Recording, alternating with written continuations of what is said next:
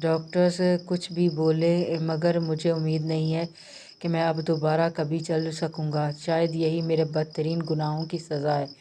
وہ افسردگی سے گویا ہوا۔ میر سجاول کی گن سے نکلنے والی آخری گولی شاہ کے سر میں لگنے کی بجائے اس کے سر کے اوپر سے گزر گئی تھی۔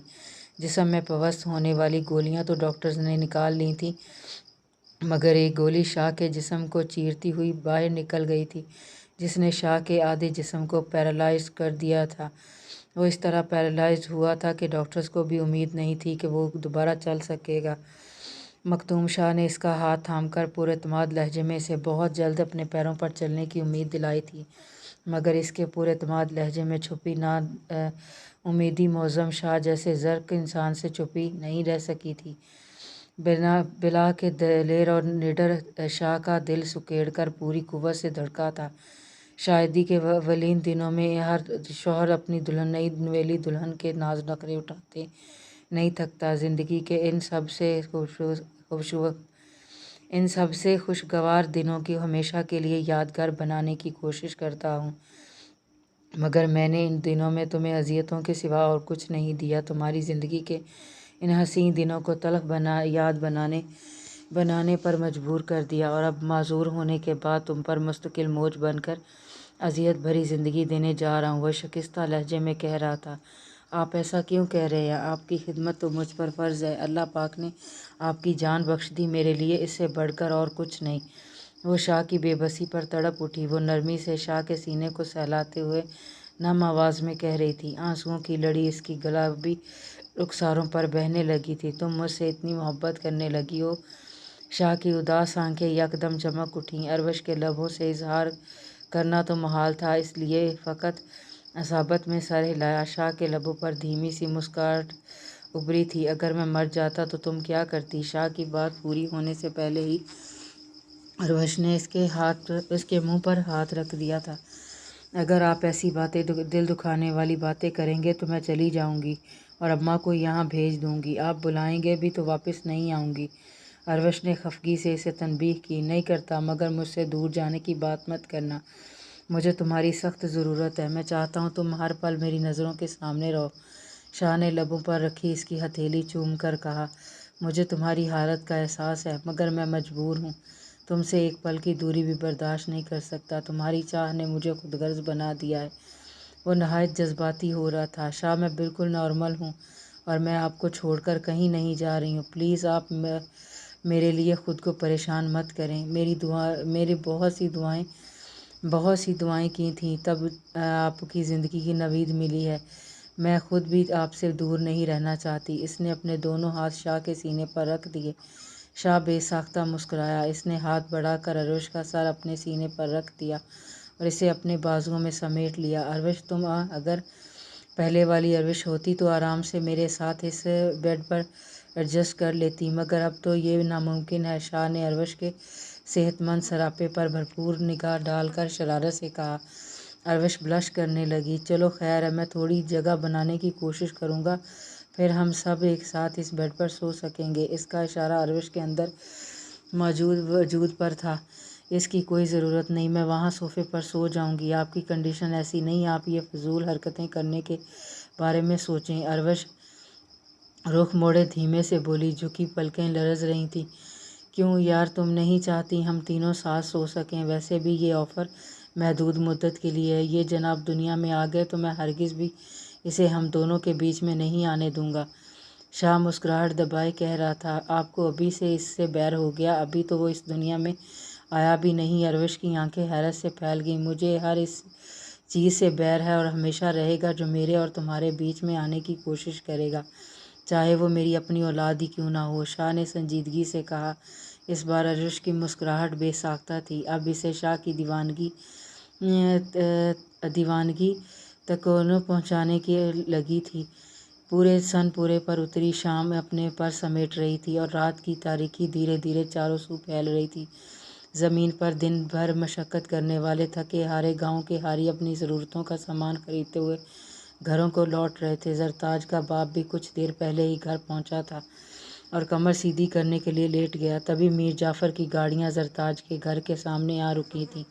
میر جعفر اور ان کے ساتھ فائزہ بیگم بھی بڑی شان سے چہرے پر کرفر سجائے گاڑی سے باہر نکلیں اور زرتاج کے گھر پر لگے ٹوٹے پھوٹے بند رنگ لکڑی کے دروازے کی جانب قدم بڑھائے۔ گلی سے گزرنے والے اکا دکا راہ گیروں اور پڑوسیوں نے ششتر سے ہو کر یہ منظر دیکھا، مگر ہٹے کٹے گارڈز کی موجودگی میں چہمہ گوئیاں کرنے کی جرأت کسی میں بھی نہیں تھی۔ پہلے فائزہ بیگم ہلکی سی دستک دے کر اندر داخل ہوئیں۔ ان کے پیچھے میر جعفر تھے۔ ملازم بھی مٹھائی اور پھلوں اور زیورات کے ٹوکرے لیے ان کے پیچھے چل رہے تھے۔ لمحوں میں پورا آنگن ٹوکروں سے بھرنے لگا۔ زرتاج کی ماں زرینہ اپنے شوہر کو لے کر چائے تیار کرتے ہوئے لکڑی پھونک رہی تھی۔ ان دونوں پر نظر پڑی تو پھونکے مارنا بھول گئی اور پلکیں جھپکے بغیر یک ٹک انہیں گھور رہی تھی۔ ہوش و حواس ٹھکانے پر آئے تو دوپٹے سر پر جمائے ہاتھ جوڑے اٹھ کر بھاگی۔ زرتاج کا باپ بھی جھٹ اٹھ کر کھڑا ہو گیا تھا۔ سائیں کوئی کام تھا تو ہمیں بلا لیا ہوتا، آپ نے کیوں زحمت کی؟ وہ بھی ہاتھ جوڑے گھنگھرا تھا۔ دین محمد کام ہی کچھ ایسا تھا کہ ہمارا آنا ضروری ہو گیا، میر جعفر چارپائی پر بیٹھتے ہوئے بولے۔ فائزہ بیگم بھی ان کے پہلو میں بیٹھ گئی تھیں اور تنقیدی نگاہوں سے ارد گرد کا جائزہ لے رہی تھیں۔ سائیں آپ حکم کریں، آپ کے لیے تو جان بھی حاضر ہے۔ وہ ہاتھ باندھے کھڑا ہوا تھا۔ ہم اپنے بیٹے میر سجاول علی کے لیے تمہاری بیٹی زرتاج کا ہاتھ مانگنے آئے ہیں۔ وہ فائزہ بیگم کی طرح گردن موڑتے ہوئے بولے، جو چہرے پر زمانے بھر کی بیزاری لیے بیٹھی تھی۔ سائیں کی خیر ہو، جو میری تو 7 پشتیں آپ کی غلام بن کر رہیں گی۔ آپ ہم جیسے کمیوں پر ہماری اوقات سے بڑھ کر احسان کر رہے ہیں۔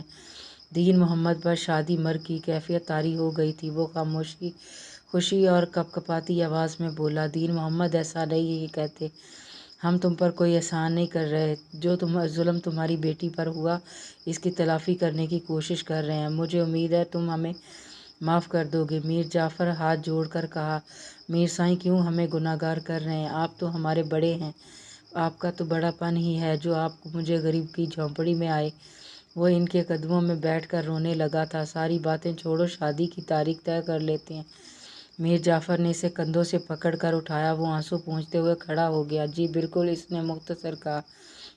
آج 6 تاریخ ہے، اسی مہینے کی 28 تاریخ کو ہم بارات لے کر آئیں گے۔ شادی کے تمام انتظامات ہم خود دیکھ لیں گے، تمہیں کچھ بھی کرنے کی ضرورت نہیں ہے۔ وہ اسے مطلع کر رہے تھے۔ بابا میں شادی نہیں کروں گی، آپ ان لوگوں سے کہہ دیں یہاں سے چلے جائیں۔ زرتاج دروازے کی اوٹ میں سے قدرے بلند مگر نم آواز میں بولی، چپ کر، سائیں کے بارے میں بکواس کر رہی ہے، باولی ہو گئی ہے۔ دین محمد اسے جھڑکتا ہوا کمرے کی جانب بھاگا۔ وہ بری طرح سے گھبرا گیا تھا۔ دین محمد اسے کچھ مت کہو، وہ ناراض ہے اور اس کی ناراضگی جائز بھی ہے، میر جعفر نرمی سے بولے۔ فائزہ بیگم نے میر جعفر پر آنکھیں نکالی۔ میر جعفر نے نظروں سے اسے خاموش رہنے کی تنبیہ کی اور پلنگ سے اٹھ کر کمرے کی طرف بڑھے۔ بیٹا، میر سجاول نے جو کیا وہ بالکل غلط ہے، مگر اب وہ تلافی کرنا چاہتا ہے۔ تم سے شادی اس کا ذاتی فیصلہ، وہ کسی دباؤ میں یا کہ مجبور تم سے شادی نہیں کر رہا۔ میر جعفر پشت پر ہاتھ باندھے کمرے کے ادھکھلے دروازے کے باہر کھڑے تھے۔ میں ان سے شادی نہیں کرنا چاہتی، یہ میرا ذاتی فیصلہ ہے، زرتاج نے آنسو پیتے ہوئے مستحکم لہجے میں کہا۔ زرتاج بیٹی، میں تمہاری کیفیت سمجھ سکتا ہوں، مگر دانائی اسی میں ہے کہ تم حالات کے ساتھ سمجھوتا کرو، اس رشتے کو قبول کر لو۔ میر سائیں سے شادی کر کے روز روز مرنے سے بہتر ہے کہ ایک ہی بار خودکشی کر کے مر جاؤں۔ وہ سسکتے ہوئے بولی، سائیں یہ پاگل ہو گئی ہے، آپ اس کی فکر مت کریں، میں اسے سمجھا لوں گا، 2 ہاتھ کھائے گی تو سیدھی ہو جائے گی۔ دین محمد بیٹی کی زبان درازی پر خوف سے تھر تھر کانپ رہا تھا۔ اسے یہ فکر کھائی جا رہی تھی کہ بڑے میر یا بڑی بیگم متشل ہو کر واپس نہ لوٹ جائیں۔ بیٹیوں پر ہاتھ نہیں اٹھاتے، تم اسے پیار سے سمجھانے کی کوشش کرو، نہ سمجھے ہے اور غصے میں بھی ہے، تم اس پر سختی مت کرنا، گھبراؤ مت، ہم دوبارہ آ جائیں گے۔ میر جعفر تحمل سے کہتے ہوئے فائزہ بیگم کو لیے گھر سے باہر نکل گئے۔ ان کے گھر سے نکلتے ہی زرینہ اور دین محمد زرتاج کا دماغ ٹھکانے لگانے کمرے میں داخل ہو گئے۔ Mir Sajawal navy blue colour shalwar suit میں ملبوس تر و تازہ مہکتا ہوا ان کی واپسی کے انتظار میں لان میں ہی ٹہل رہا تھا۔ گھنی مونچھیں مزید گھنی ہو رہی تھیں، شیو پہلے کی بنسبت قدرے بڑی ہوئی تھی، جو اس نے خصوصی طور پر شادی کے لیے بڑھائی تھی، کیونکہ زرتاج کو اس کی شیو کا گھنا پن بے حد پسند تھا۔ میر جعفر کی گاڑی ڈرائیور وے سے گزر کر پورچ میں آ کر رکی تو وہ بے صبری سے لمبے لمبے ڈگار بھرتا ہوا ان تک پہنچا تھا۔ اندر چل کر بات کرتے ہیں۔ میر جعفر نے گاڑی سے اتر کر اس کے شانے پر ہاتھ پھیلائے۔ وہ ان کے قدم سے قدم ملا کر چلنے لگا۔ اب بتائیں اس کے ماں باپ سے کیا بات ہوئی؟ رشتہ تو طے کرا دیا نا؟ وہ صوفے پر بیٹھتے ہوئے بولے۔ اس نے تم سے شادی کے لیے صاف انکار کر دیا ہے۔ کہہ رہی تھی خودکشی کرنا منظور ہے مگر تم سے شادی نہیں کرے گی۔ میر جعفر نے اپنے لب کھولے ہی تھے کہ فائزہ بیگم بول پڑی۔ میر نے بے یقینی سے میر جعفر کی طرف دیکھا۔ توبہ توبہ، ایسی بد زبانی، ایسی بے حیائی تو نہ کبھی دیکھی نہ سنی۔ اس لڑکی نے تو میر سائیں کا بھی خیال نہیں کیا، پٹر پٹر زبان چلا رہی تھی۔ فائزہ بیگم کانوں کو ہاتھ لگاتے ہوئے بولی، میر سائیں تم ہی اس کے دیوانے ہوئے جا رہے ہو تھے، اس ہی کو تو تم نے سے شادی کا کوئی ارمان نہیں ہے، ورنہ اس طرح منہ کھول کر انکار تھوڑی نہ کرتی۔